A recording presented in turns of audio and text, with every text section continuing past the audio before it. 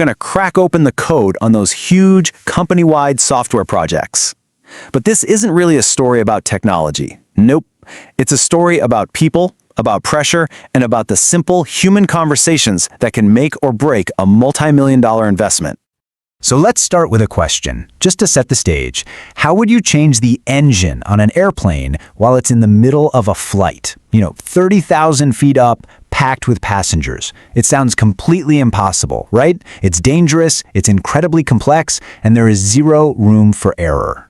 Well, believe it or not, that high-stakes, high-pressure scenario is a perfect analogy for what it feels like when a company tries to replace its core software. The digital engine that runs absolutely everything from their finances to their supply chain. The business can't just stop. It has to keep flying. Now, here's what's so fascinating about all this. The biggest challenge? It's not the code. It's the people. Think about it from their perspective. Employees already have full-time jobs. They're completely swamped. And now, on top of all that, they're being asked to help build and then totally relearn how to do their daily work on a brand new system. And in the back of everyone's mind is that one big fear. What if this new, super expensive tool doesn't actually work for us? Because let's be honest, the executives who sign the checks aren't the ones who have to use this thing every single day.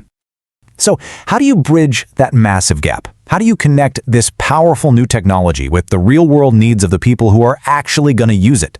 Well, the answer is in a brilliantly designed process. It's called a fit-to-standard workshop. And look, it's not just another meeting to fill up your calendar. It's a series of super-focused, collaborative sessions. This is where the magic really happens. You get the tech experts in the exact same room as the employee experts, and together, they work to tailor the new software so it fits the business like a glove. And for this to work, you need two types of experts in that room. On one side, you have the tech guides. These are the folks who know the new software backwards and forwards. Their job is to show what the system can do right out of the box. But on the other side, you have the end user champions. These are the company's own employees, the true experts in their day-to-day jobs. Their mission is to watch that demo with a super critical eye and say, okay, that's great, but for our business, here's what actually needs to happen. But for this collaboration to have any chance of success, everyone in the room has to agree on one fundamental rule. It's a philosophy that governs every single decision they make. It's called the cloud mindset. And here's the core principle of that mindset laid out plain and simple. When it comes to making changes to the standard software, the default answer is always no. The goal is to stick to the standard way of doing things as much as humanly possible. Why? Because every single change, no matter how tiny it seems, adds a new layer of complexity. It creates more work and a lot more risk every time a future software upgrade comes along. So, every debate, every discussion in that workshop, it all boils down to this one crucial question. Is this change a nice-to-have or a need-to-have? A nice-to-have is just a preference, right? It's, I wish this button was blue instead of gray. It's cosmetic. But a need-to-have, that's a showstopper. That's a critical business requirement. It sounds like, with this process, I literally cannot generate a report that we are legally required to produce. One leads to complexity, the other leads to a system that actually works. And make no mistake, every single one of those customizations has long-term consequences. Each one has to be retested every time there's a software update. Each one adds to the maintenance burden for years to come. And it often means the official training guides don't match what employees see on their screens, which makes getting new people up to speed so much harder. Adopting that cloud mindset, it's all about playing the long game. Okay, so with that mindset firmly in place, what does one of these workshops actually look like? How do you go from a blank slate to a fully documented, actionable plan? This is a really brilliant little detail. See, different employee experts might be cycling in and out of the project for different topics. So every single session starts with a mini kickoff. It's just a quick reset to make sure everyone in the room, especially the newcomers, understands the mission, gets the cloud mindset, and knows why their input is so incredibly important. No one is ever left sitting there wondering, why am I here again? And from that kickoff, the process follows 4 simple but really powerful steps. It always starts with the demo, where the tech guides show how a standard process works. That, of course, leads to the discussion, where the end-user champions point out all the gaps. Then comes the analysis. That's the big debate over whether a change is a true need to have. And finally, and this is absolutely key, the documentation.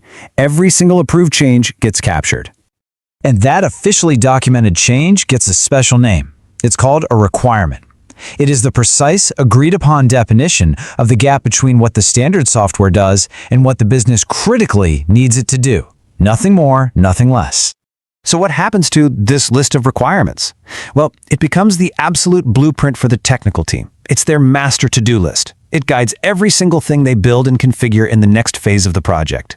There's no guesswork, no ambiguity, just a crystal clear, agreed-upon plan. So why go through all this trouble? I mean, why is this intense human-to-human collaboration so vital? Well, the payoff is just enormous, both for the people and for the business itself. And here's a little detail that I think just shows how seriously this process takes collaboration. Ideally, you want to have 2 tech guides running each workshop. Why 2? Well, one person can focus entirely on the human element, leading the demo, facilitating the discussion. And the other person can be laser-focused on documenting every single requirement in real time. This dual approach just ensures that nothing gets missed. And when you get this right, the benefits are huge. First off, the new system actually fits the business it's supposed to be serving. And because you kept the changes to a minimum, training is way simpler and future upgrades are so much smoother and less risky.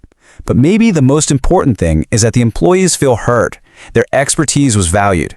And because they had a hand in building it, they are far more likely to actually embrace and adopt the new tool. And really, that's the ultimate goal, isn't it?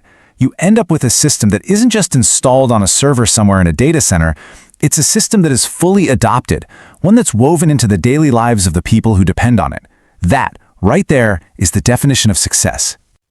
So it leaves us with this final thought to chew on. In a world that is obsessed with new features and better code, what if the real secret to tech success isn't about writing better code at all, but about architecting better conversations? All right,